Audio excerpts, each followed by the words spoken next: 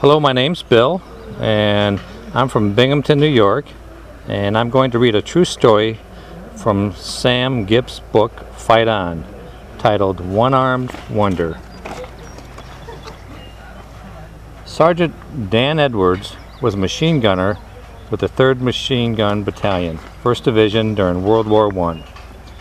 He was charging across no man's land, carrying a machine gun when he came across an empty trench.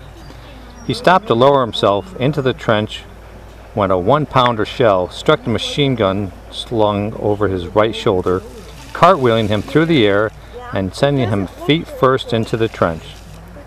But he never touched the bottom. Instead, his mangled right arm was wedged into the trench wall's lattice work. He hung there, just inches off the trench floor.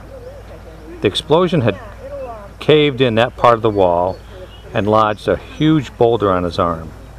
His fingers were blown off, and the arm was held on by shreds of skin. Try as he may, he could not free himself. Suddenly, he sighted 8 German helmets heading his way down an adjoining trench. Sergeant Edwards pulled his .45 with his left hand and aimed at the point where they would appear.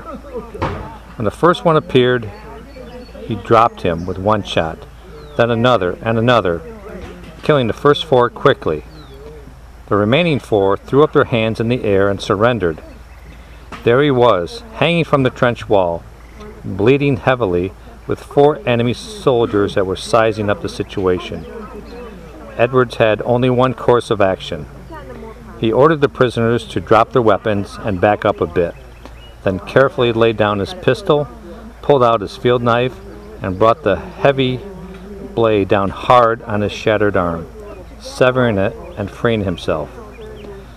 Edwards then applied a tourniquet, retrieved his weapon, and marched his prisoners back to his lines. Fight on.